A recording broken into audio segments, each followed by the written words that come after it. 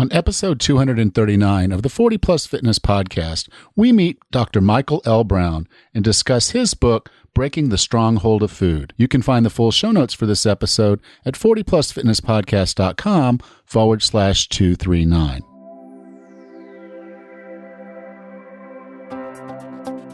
Have you decided you're ready to make a change? To reclaim your health and fitness? The 40 Plus Fitness podcast is here for you. I'm your host, Alan Meisner. I'm an NSAM certified personal trainer with a specialization in corrective exercise and fitness nutrition. Let me be your coach as you find your way on your health and fitness journey. All right, let's go. Recently, I found that my training was getting stagnant and I wasn't seeing much progress. Maybe you can relate. Despite the hard work, it looks like you're standing still, like running in deep sand. So I hired a personal trainer to coach me and be a strength coach. Now, he pushes me through my workouts, keeping me focused on the progressions. He also provides accountability. He's in the gym every morning with me 3 times per week, so I know he's going to be there, again, just that little push that gets me out of the door each morning. And he gives me programming, and that programming kind of keeps my workouts fresh because he's bringing up things that I hadn't really tried before, hadn't tried in that order or with those number of repetitions. So it kind of keeps it challenging for me in a way that I might not be able to do for myself. And obviously, he shares his ideas on health and fitness, and our paradigms might be a little bit different. So it's an opportunity for me to kind of challenge my own paradigm to see, if he's going to, if we're going to try something that he wants, and he's the coach. So again, I don't question what he's telling me to do, short of injuring myself. But I do have that conversation with him, and I'm learning a lot about my body and what it can take. The volume of what we're doing is a little bit higher than what I was used to. So it's good for me to be challenging my body, challenging my mind, and having a good coach will do that. Now, are you feeling right now like maybe you're a little stuck? And maybe you could use a coach. Well, I'd love to be your coach and do for you what my coach is doing for me. So if you're wanting to get unstuck, if you want great results, and you want to be looking your best this summer, then go to 40plusfitnesspodcast.com/coach. And there you'll find an application. And that application is a good way for us to know if I'm a fit for you and whether maybe you're a fit for having an online coach and whether online coaching will work for you. I know my business and I could do the training for myself, but I have found just kind of having that person there to bounce ideas off of, get some programming from, kind of challenge my paradigms has been extremely valuable for me. So I'd encourage you to go to 40plusfitnesspodcast.com/coach and sign up today. Now, our guest today is a minister and a teacher and has devoted his life to teaching people about Jesus and helping bring them to that religion. And, he came from a very standard background, I think a lot of kids do, where he was on drugs and whatnot until he kind of found his way. And over the course of his ministry, even though he had a very demanding schedule and he worked out very hard and was generally what he would consider a very fit person, his weight came on and his health was starting to diminish.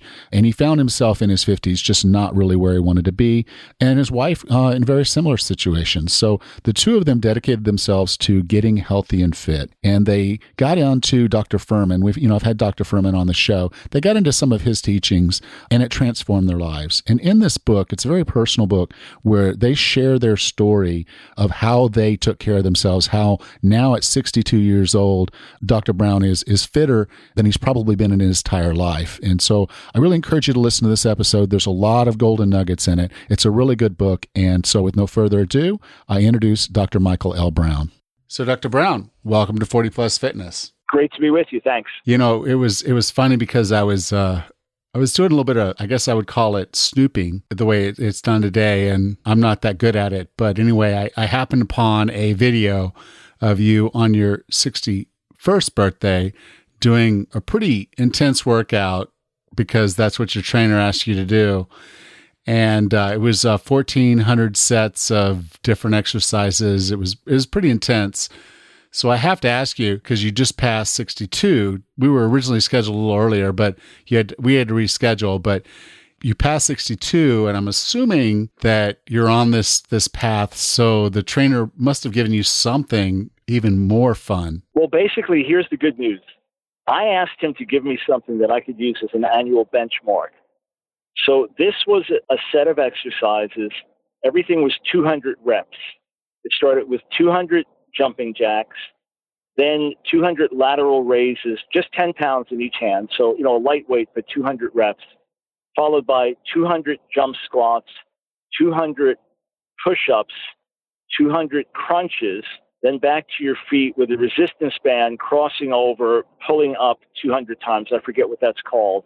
The elbows up, and then 100 leg kicks with each leg. So 100 left high kicks and 100 right high kicks.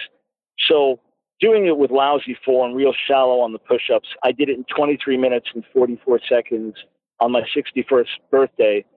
So a few days, I think 3 days after I turned 62, so just a few days back, I did it again. And I'm sure I had lousy form, but I did it in 1956 as opposed to 23:44. So I crushed it by almost 4 minutes a year later. So I felt good about that.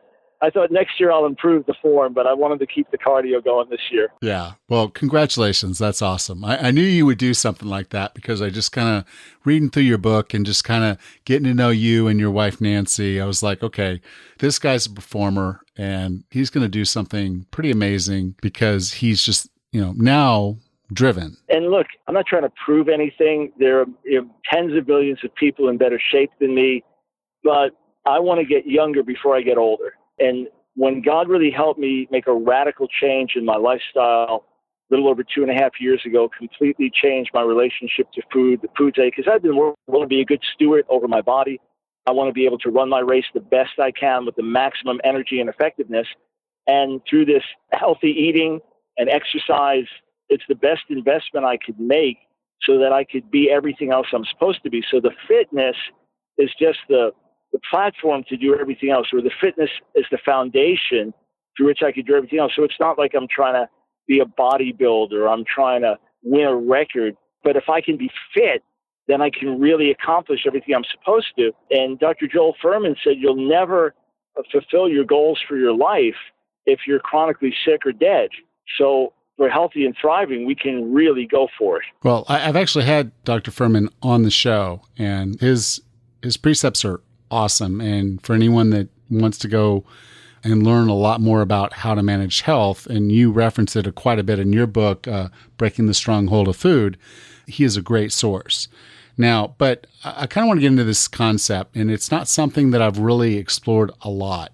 I've talked to people about commitment, and for some people, it's commitment to a spouse really resonates with them. And I've said, okay, if your commitment is to a spiritual, like you want to commit yourself to Jesus and to God, that's another way, because they're both emotional commitments. They're both things that when you do that and you kind of really make that a part of your life, that's important. And so with this show, what I really want to kind of get into is that other aspect of it that I haven't really gotten into because, I'm married, obviously, so I can really speak to that. But you can speak to the other side of it, is your relationship with your spiritual self.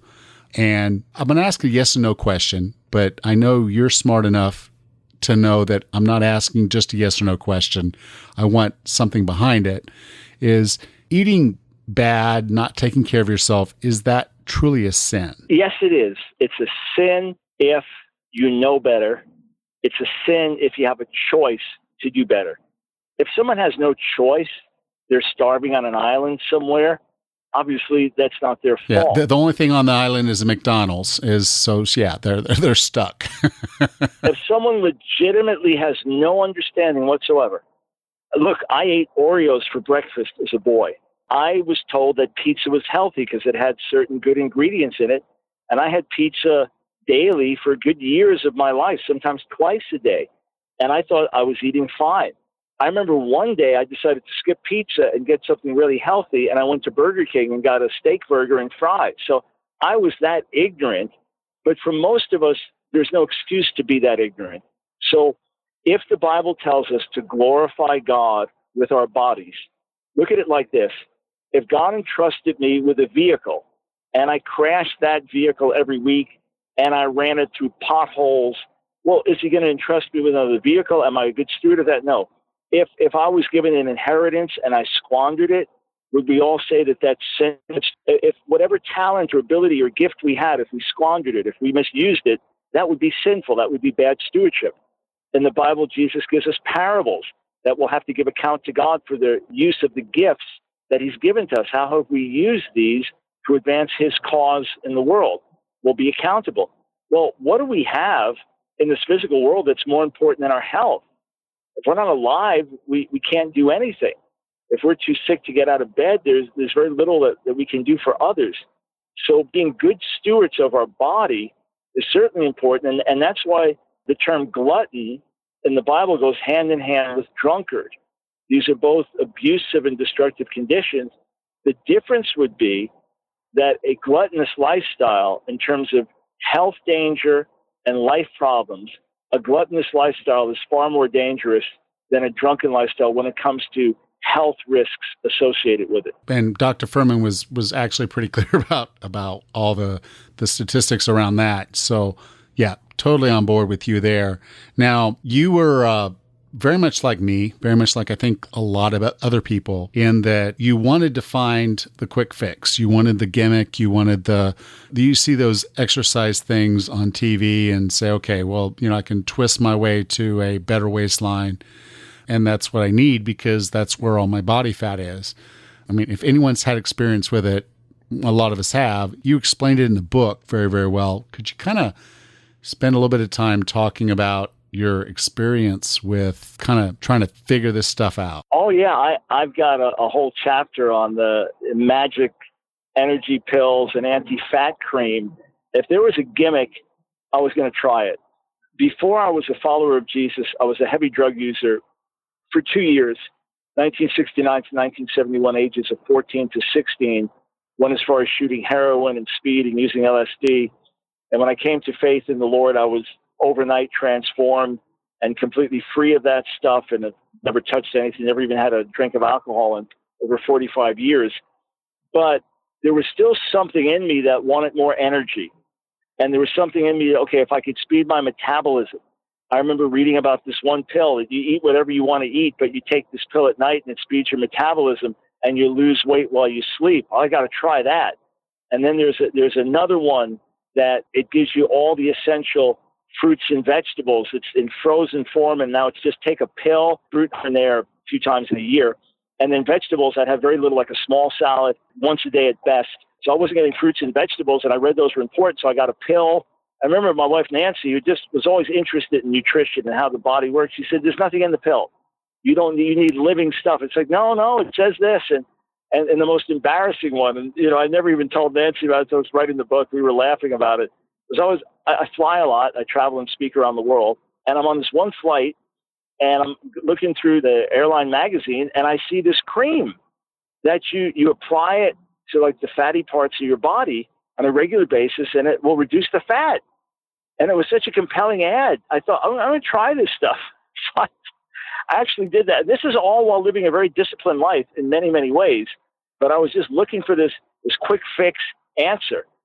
And I remember getting the cream, and you're supposed to put the cream on before you go to sleep, but you put the cream on and you put pajamas on or something, and everything was gooey, and you put the cream on and then go to work, and you put your pants on. It's like, yuck.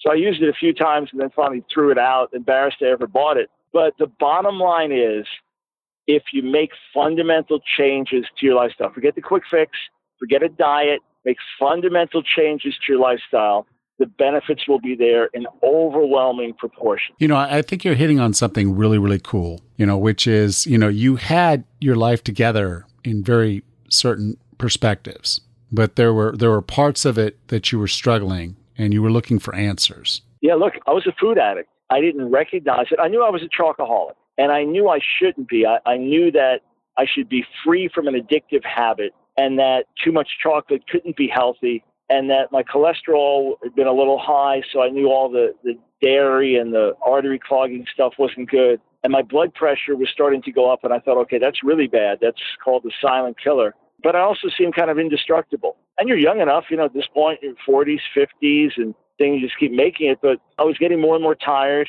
I was having 3 to 4 headaches a week. As much as my schedule in ministry and speaking and writing and radio show is very rigorous, I was getting more worn out with it instead of thriving in the midst of it. And I realized that I could not do without certain foods.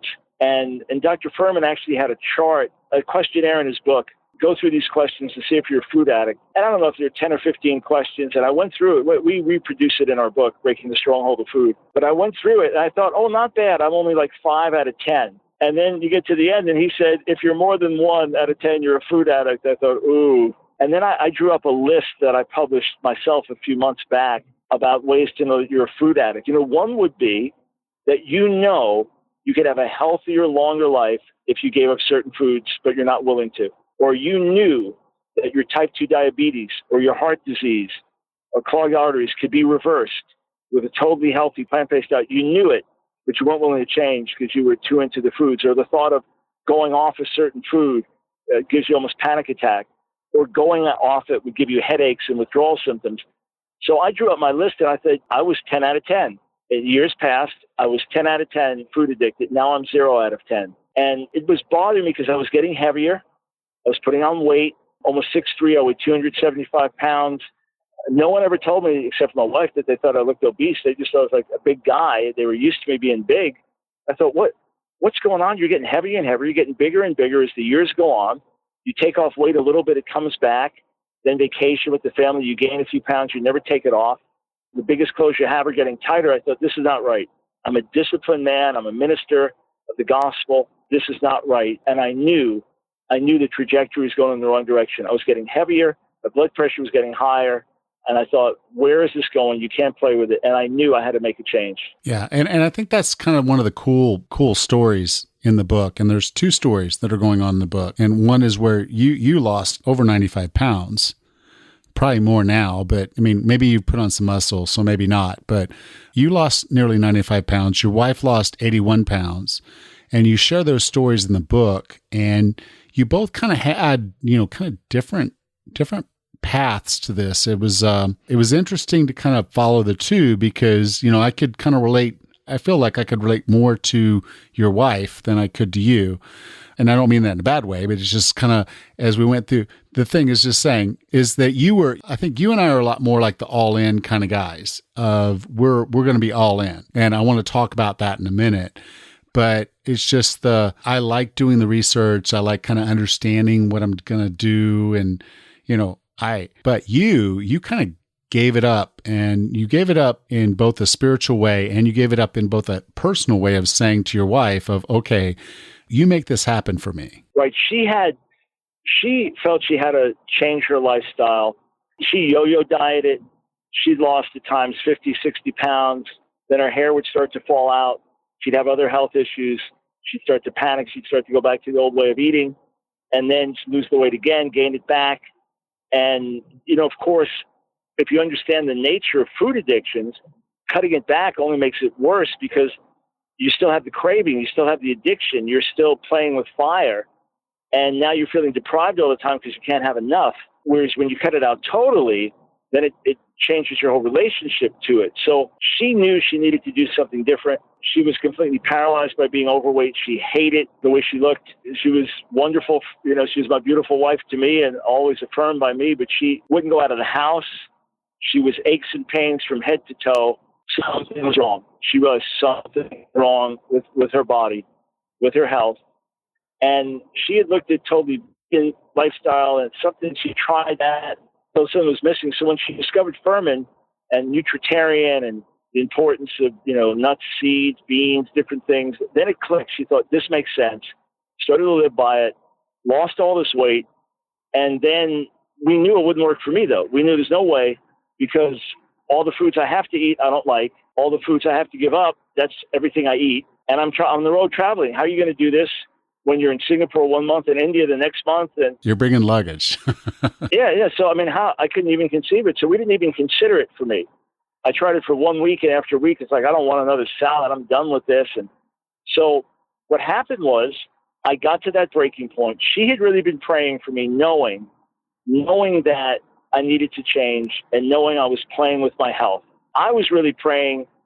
Secondarily, health, it was more just my lifestyle I knew was not in harmony. The way I looked was not in harmony with the way I was living.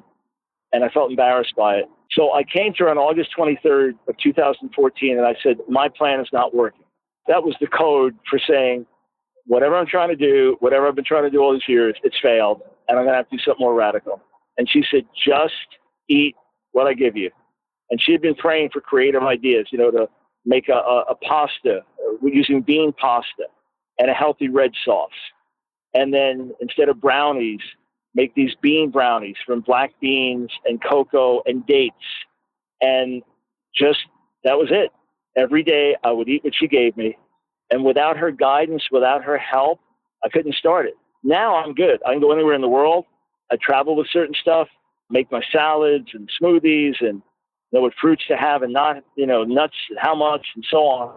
But when people ask me, why do I eat this or that? I'll say, read the book or ask her, because she was the one that guided me through it. And 3 days of miserable withdrawal, we detail it in the book. And then after that, is changing my mindset to change my relationship to food, because I realized for me, food was a reward. And it was built in my life. As I travel here, I get to eat this. I finish speaking here, I get to eat this. It was a reward for Nancy. She said she was just a glutton. She loved to eat. She was happy or she was sad. She ate. It was a big occasion, no occasion. She ate. And she would gorge herself and realized, okay, she was killing herself and doing it. In the words of Dr. Furman, we're digging our own graves with knives and forks. And she got started. Then I followed suit afterwards. And without her help at the beginning, without her wisdom, without her encouragement, she'd send me a testimony of someone whose life was changed every day. She'd send me quotes. Really, that's what was necessary for me to get going. And once I got going and began to see the benefits of this and saw how my life so dramatically changed, I mentioned headaches. I had 3-4 headaches a week. I haven't had a headache in 2.5 years. I had constant lower back pain. That's gone. I had severe sleep apnea. I had to use a CPAP, a breathing machine, wherever I traveled around the world. Here we are in India, a little rundown hotel in India, trying to find an electrical outlet that'll reach the bed with a breathing machine.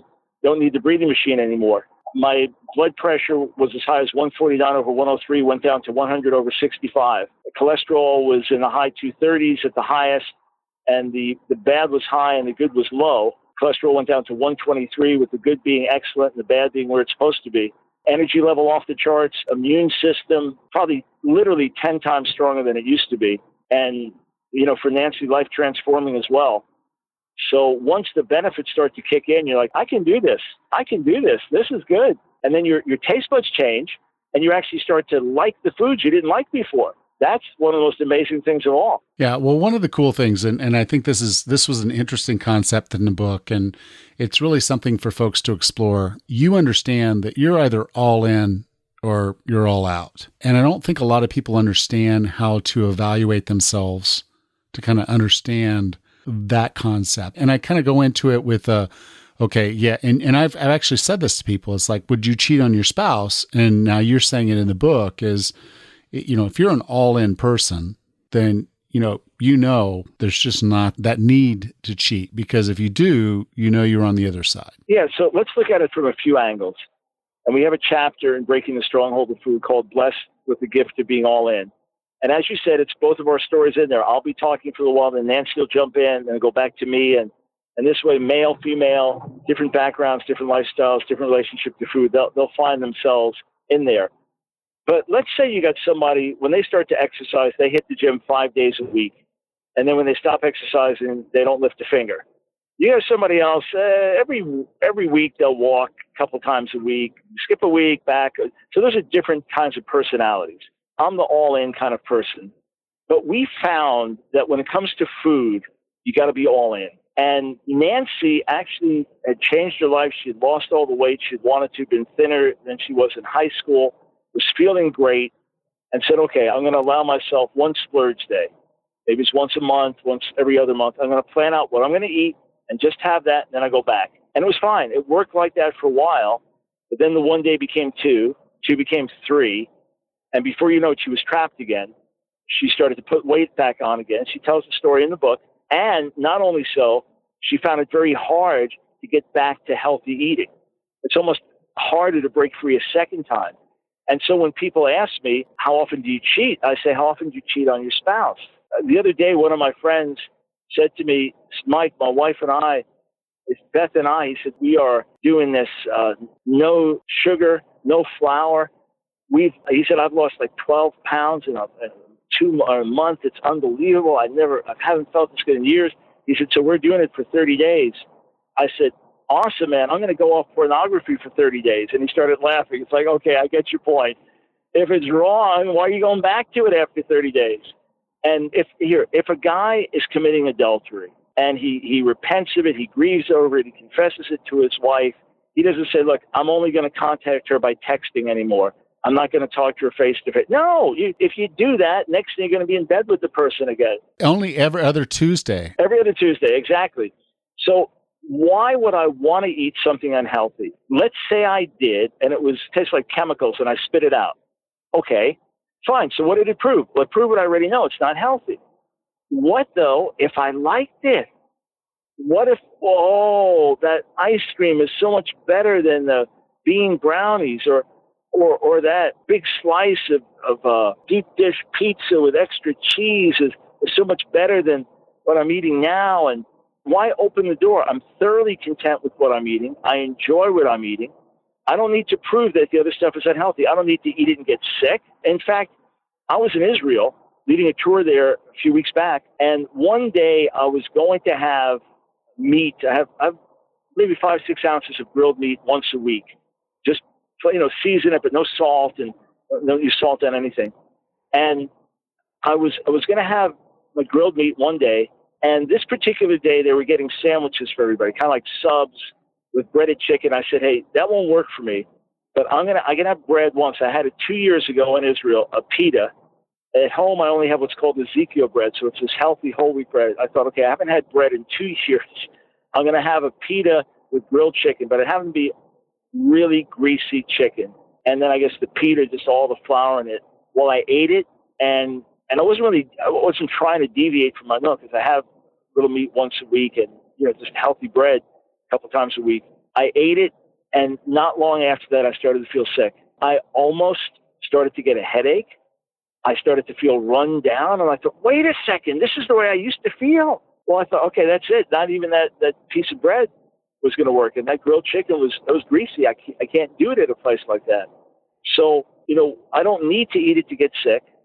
I don't need to eat it to see what I'm missing. And for me, I don't need to open any of those doors. And Nancy gave me something that was really helpful psychologically, which was, if you're struggling, say to yourself, I can eat whatever I want, just not today. And I had to do that when I would feel tempted early on. And then it just became lifestyle. And, you don't flirt with it. You don't get near it. You don't fall off the cliff. I think the cool thing is in the book, you're really approaching this from being there for the people you care the most about, your flock. And I think all of us can kind of relate to that. We want to be there for the people around us. We all feel that there are people around us that need us.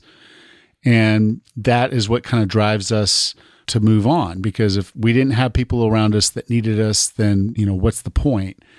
And so in the book, you kind of talk about that was a big driver about why you were doing all this and why you decided to make this decision, this change and the struggles. And because it was not a straight line. It was not easy. And your wife and you both worked through it. And that's what I really appreciate is just the personal story of what this book brings to the health and fitness world, because I don't think many people really connect with this at that level of saying, okay, if you have a service in front of you, you really have to be the best you can. And so, Dr. Brown, if someone wanted to get the book or get in touch with you, where would you like for me to send them? Sure thing. Well, the website is askdrbrown.org, askdrbrown.org. That has all of our resources, teaching, my daily radio show, articles, videos, askdrbrown, askdrbrown.org. They can order the book there, or they can get it on Amazon. There are over 80 reviews already on Amazon. The book just came out earlier this year. We're hearing from people who are off their diabetes medicine.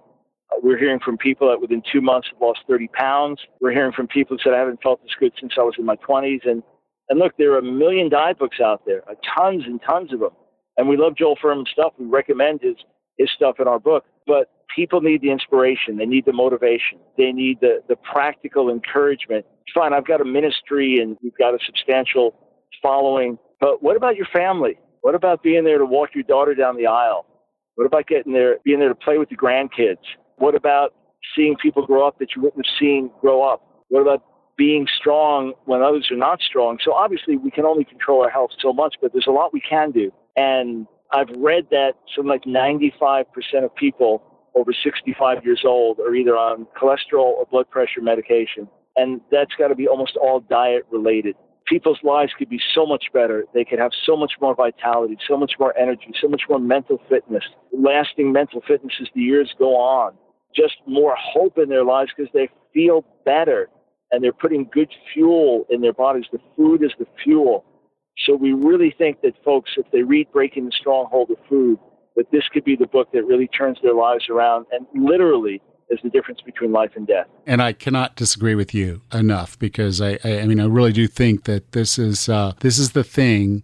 If you don't fix your food, because you're not going to outwork what you put in your mouth. And so this is episode 239. So if you go to 40plusfitnesspodcast.com/239, you can find all the links to that. And I'm probably going to include a link to your YouTube channel, because it's quite fascinating, the workout and the whole, your whole conversation there, because I really did enjoy your energy after the workout, which was actually compelling. Makes me feel like, okay, at 51, I'm actually not, maybe I'm not there yet. So thank you, Dr. Brown. I really appreciate you being on 40 Plus Fitness. And thanks for what you're doing. We got to get this generation healthy. Thanks so much.